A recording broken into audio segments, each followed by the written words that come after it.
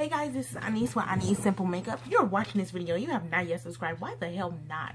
Like, what are you doing in your life that you cannot subscribe? Nothing exactly. So, what you want to do is click the subscribe button, comment, and click the subscribe button. Alright. Hey y'all, so today we're going to be talking about the time I got robbed at gunpoint. Yeah, scary as fuck.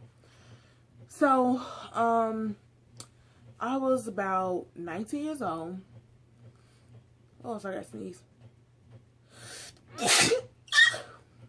Okay. That was so nasty.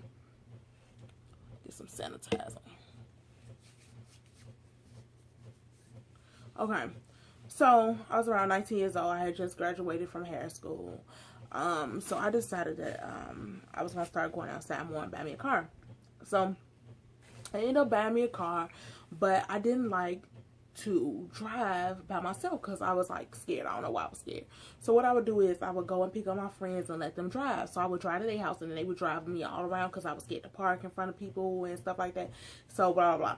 So my friend, we're going to call her Keisha. My friend Keisha called me one day and was like, you know, we have been friends since high school. She called me like, hey girl, you know, what you doing tonight? We should go out. Let's go see my guy. We hit a couple of places. Okay. Because my mom was having this party at this lounge called Hot City. I think it was called Hot City. So I'm like, if you stay in Chicago, you know what's there. It's on 70, I want to say 4th and Racine. Not too far from, I think that's Racine. Whatever. Anyway. So, I'm like, okay, so her mom having a party. We go there, but we look in the crowd. We really didn't want to go in, so we didn't go in. So a guy I was talking to at the time, he was having a party. So I was like, oh, let's go to his party. So we go to his party for a little bit. And it's getting late at night. So he like, let's go. I think you should, it's time for you to go home. Basically, like, I'm worried about you. I don't want you to be out this late. You know, maybe you should start heading back to the house. Go straight home, drop her off, and call me when you get in. Okay. So I was like, I'm going to call you when I get in. I'm going straight home. I got to call my girl, I'm not going home. Come on, let's go. What you want to do? She's like, can you take me to go see my guy? So I'm like, okay. So at the time, I didn't know that her guy lived in the hood. So Keisha like, I'm going to drive. So she called, you know, he said he going to meet us on 71st and Normal. Exactly, the hood. If you watch this video, you already know 71st and Normal in Chicago, it's a hood. I didn't know that at the time. I was naive, whatever. I stayed in the house my whole childhood, whatever. So we get us on 71st and Normal. She called the guy. He come out, you know. So him, another guy, and another guy was standing out there, and they was all, you know, talking to his friend, was, you know, trying to talk to me. And I was like, you know how you talk to people because you're a friend and you want your girl to be able to, you know, have a little mingle, so you're going to be friendly. That's what was happening. So it's going to be friendly and mingle anyway. And so they go get some drinks. So he like, you want a cup? No, I don't want a cup. He's like, y'all look fly. Where y'all finna go? So at the time, all this ain't registered in my head. So I had on this black dress, some black and gold pumps, like some gold earrings, some gold hoops, a gold necklace, and these gold bangles, one of each. Okay. And so it was all costume jewelry, but it looked real. You know how costume girls know about costume jewelry. You know it look. You can get some good costume jewelry. So we stand outside. So he's like, you know, I ain't got no cuffs. I need to go in the house to get some cuffs. So we stand outside talking to the rest of his guys. So Keisha like, okay, he's gonna leave us out here with these random ass niggas. Let's go get in the car. So the other two dudes was like, well, we're gonna go and check on him. We'll be right back. So they walk in the house. We notice it's 5 to 10 minutes past. Ain't nobody came back out the house. So we like, okay, we finna walk in the car. So we walking towards the car. All of a sudden we hear psst. The bush is shaking. I'm like, what the fuck? You hear that? She's like, no, I don't hear nothing. I'm like, okay, whatever.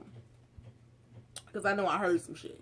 That was my instinct telling me to get in the car and drive the fuck out. But I do that? No, I didn't. So, we walk towards the car. We get, like, our first foot up in the car. A dude comes out the alley with a gun. I'm sorry, he jumps out the bushes with a gun. Puts it to my friend, was like, give me all your shit. Now, I'm panicking at the time. I had just got my car maybe a month or two before. My mama had just bought me that purse for my birthday. I was a brand new person. I didn't want to give her my purse. I'm like, oh my God, I'm freaking out. I had my keys and my phone in my purse. I was so pissed. I had my school license, my beauty card, my discount card, my debit card, and all the other shit. And so he like, give me all your shit, give me all your shit. Now I'm mad because Keisha's purse is in my car, and she was driving, so she's going to the driver's seat.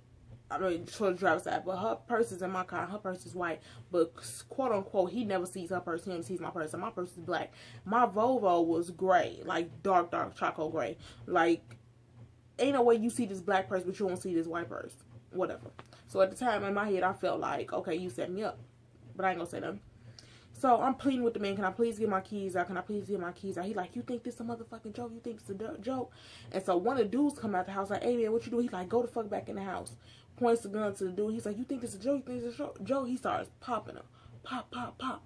I'm like, oh my God, freaking, I'm just praying, Jesus, please just let me make it home. Lord, just let me make it home. So he gets the stuff. He's like, okay, go ahead and get your keys out. So I'm trying to slide my phone out the little pocket with my keys. But he like, bitch, you taking too long. So I just was able to get my house keys out. Thank God. Now imagine we got my license in his. Oh my God. So me and Keisha get into the car. We drive off because now we like, fucking, we ain't wait for them to come back out. We drive off. We go and flag down the police. The police like, well, we can't help you. You need to go file a police report at the station.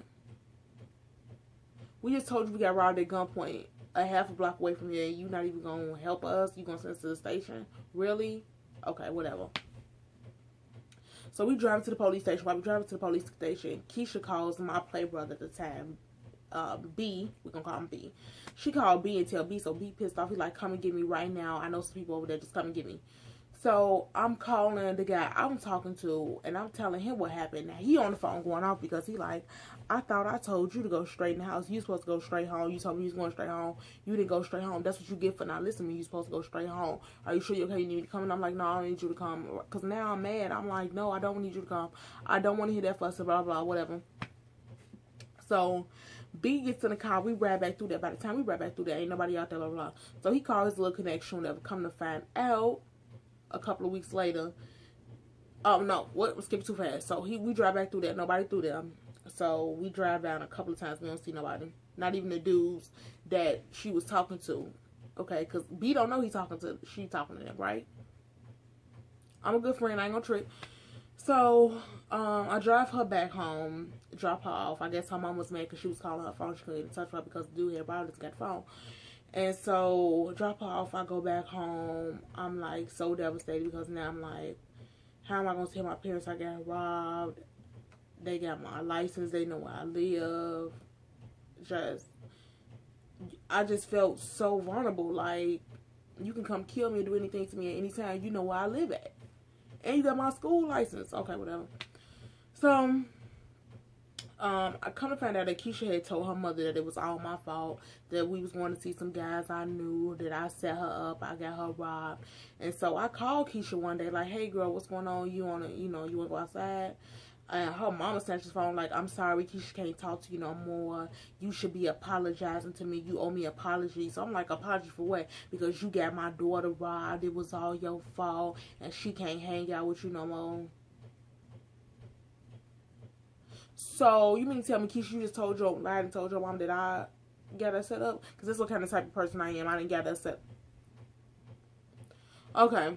So, I noticed after that, Keisha started hanging real tough with my cousin. She started really messing with me like that. And I was like, okay, cool. I was mad about it. But, I was like, what can I do? So, I never end up telling my parents that happened. They still to this day don't know. Well, if they see this video now, they will know, but they still to this day don't know.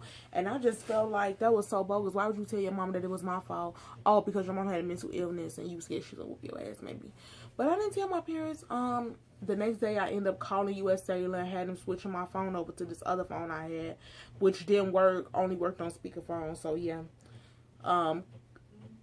switched my phone over. A couple of weeks later we found out that it was all a setup. And I should have stopped being her friend then, but I didn't. So, I didn't learn my lesson. But I just thank God that somebody was praying for me and I actually didn't die that night because that shit was crazy. Alright, y'all. I hope you enjoyed this story time. Don't forget to comment, rate, subscribe, and I'll see you guys in the next one.